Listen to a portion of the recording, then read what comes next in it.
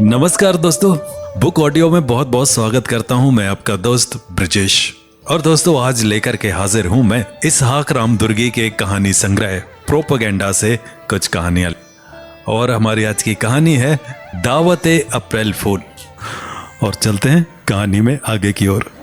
हम मुतमईन होकर सुनने लगे। उसने कहा, ये अब्बू चाचा दादी नानी को अप्रैल फूल बनाना तो आम बात है, लेकिन मैं नहीं, हम इस बार कुछ खास करेंगे। इसका श्रेय मुझ अकेले को नहीं बल्कि हम तीनों को मिलेगा। हमेशा इस बात का मलाल रहता कि सुलेमान बस नाम के लिए हमें दोस्त कहता, लेकिन कभी हमें अपना नहीं समझता।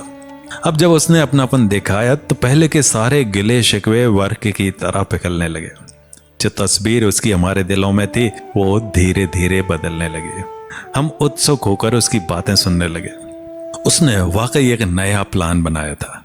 इस अप्रैल फूल के लिए गली के ऐसे लोगों को चुना गया था जो भोजन प्रिय हैं। मसलन हर दावत में पहली पंक्ति में बैठना पसंद करने वाले रहीम चाचा। वे कहा करते थे, बस से आखिर में उतरने वाला और दावत की पहली पंक्ति में बैठने वाला हमेशा मुनाफे में रहता है। उनके खाने के किस्से तो गली मोहल्ले में मशहूर थे। सुलेमान ऐसे 8-10 लोगों की फहरिस्त बनाने में लग गया। वो बोलता गया और सिराज नोट डाउन करता गया। मिशन का प्रारूप तैयार हो गया था, लेकिन हमें अब तक पता नहीं चल रहा था कि इसे कैसे कार्यान्वित किया जाए। बात हम उम्र लोगों की होती तो कोई फर्क नहीं पड़ता, लेकिन यहां तो मामला गली के नामचीनों का था। मेरे मन में संदेह की घंटी बजी। मैं बोल पड़ा, भाई ये लोग तो गली के मशहूर लोग हैं, इन्हें फूल बनाने का प्लान कहीं हमें जोखिम में न डाल दे। मेरी बात का समर्थन सिराज सर हिलाकर करने लगा। सुलेमान आदतन इस बात को भी काफी हल्के में लेते हुए कहने लगा, देखो भाई, कुछ खास करने वाले चुनौती और जोखिमों से घबराते नहीं। मजा तो उसी में होगा जिसमें जोखिम हो। सब जानते हैं कि अप्रैल 1 होता ही है फूल बनने और बनाने के लिए। मैं यकीन के साथ कहता हूं कि कोई बुरा नहीं मानेगा। हम दोनों ये समझ नहीं पा रहे थे कि आखिर दावत कब और कहां दी जा सकती है। वे लोग इतने भी नासमझ नहीं होंगे कि फलां के घर दावत और उन्हें मालूम ना हो। गली मोहल्ले में छोटी सी छोटी बात भी अफवाह बनकर फैल जाती है। ऐसे में चंद लोगों को दावत और बाकी किसी और को पता ना चले, ऐसा नामुमकिन था। लेकिन उसका दिमाग हमसे तेज था। उसने उसकी कुछ अलग ही तैयारी की थी। गली में चंद लोगों की खेती थी। उनमें सुलेमान भी खुश नसीब था कि उन्हें राजवाड़े के दौर में बख्शिश के तौर पर 2-4 बीघा जमीन मिली थी। खेती नदी के किनारे थी। मलप्रभा नदी की कृपा से खेत ईख से लहलहाया करते। उन दिनों ईख से ज्यादातर गुड़ बनाया जाता। फसल कटने के दौरान बकरे की बलि दी जाती और दावत का इंतजाम किया जाता। ये दावत किसानों और मजदूरों तक सीमित थी और कभी कुछ विशिष्ट लोगों को भी बुलाया जाता। उसने इसी रस्म की आड़ में अप्रैल फूल का जश्न मनाने की तैयारी की थी। इस मिशन में हम दोनों को नायब की भूमिका निभानी थी।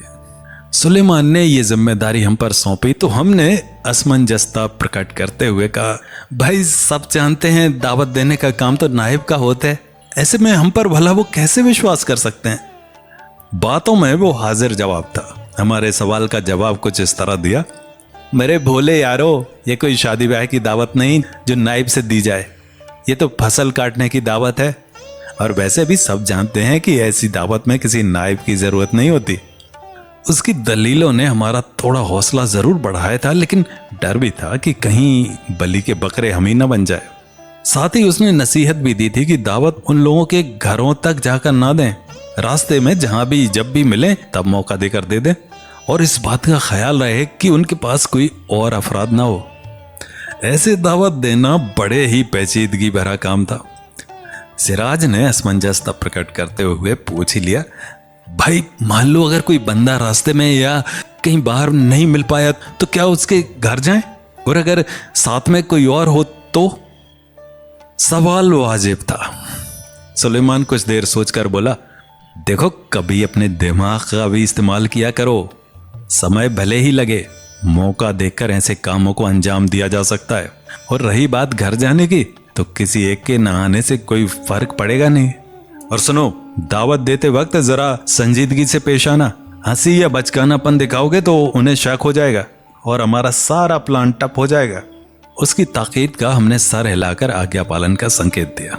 आदेशानुसार हमने नायब की भूमिका निभाई। फहरिस्त के सभी मेहमानों को दावत दी गई, कोई महरूम नहीं रहा। दावत का समय दोपहर 1 बजे मुकर्रर था। सुलेमान का खेत गांव से करीब 2 मील के आसपास था। उन दिनों गांव भर में मुश्किल से 8-10 लोगों के पास दोपहिया थी। अपनी गली में दोपहिया तो दूर की बात, साइकिल भी चंद लोगों के पास थी और बाकी तो पैदल ही आसपास का सफर तय करते। अप्रैल 1 की सुबह हम खेत पहुंच गए थे। छावनी की बगल वाले नीम के पेड़ के नीचे हम तीनों इकट्ठा हो गए। छावनी से सटकर गुड़ बनाने का कोलू था जो अब बंद था। गुड़ की कढ़ाई भी चूल्हे पर उल्टी रख दी गई थी। पिछले दिन शाम जब दावत देकर लौटे थे तब सुलेमान ने हमसे 1 सेर चूना मंगवाया था। पूछने पर यह सुनने को मिला था, वहां कमाल तो इस चूने का ही होने वाला है, सुबह तुम लोगों को पता चलेगा। चूने को एक डिबरी में कुछ देर तक भीगने रखते हुए सुलेमान ने हमें छोटे पौधे उखाड़ लाने को कहा। हम पौधे लाए और उनको इकट्ठा कर एक तरह का ब्रश बनाया गया। उल्टी रखी गई गुड़ की कढ़ाई पर बड़े बड़े अक्षरों से अप्रैल फूल लिख दिया गया। दोपहर का वक्त था, गर्मी बढ़ने लगी थी। हम तीनों ने अपना काम पूरा कर लिया था। अब वक्त था मजे लूटने का। हम बड़े ही बेसब्री से इस वक्त का इंतजार कर रहे थे। दावत में शरीक होने कोई अकेला निकल पड़ता तो कोई किसी के साथ हो लेता।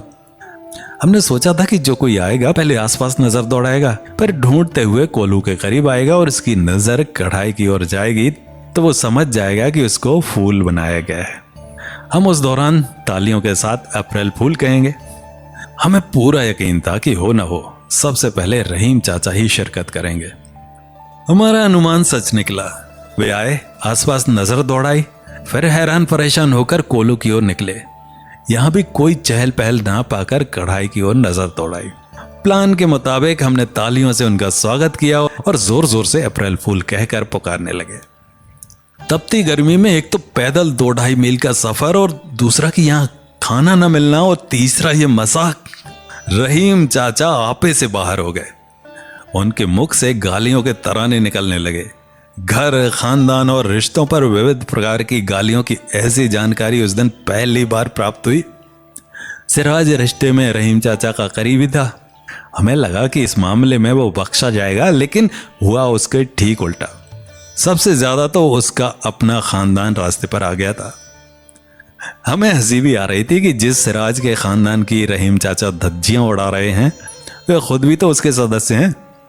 उस दिन एक बात समझ में आई कि भूख और प्यास के आगे रिश्तों की कोई अहमियत नहीं रहती। और कहानी जारी रहेगी अगले अंक में।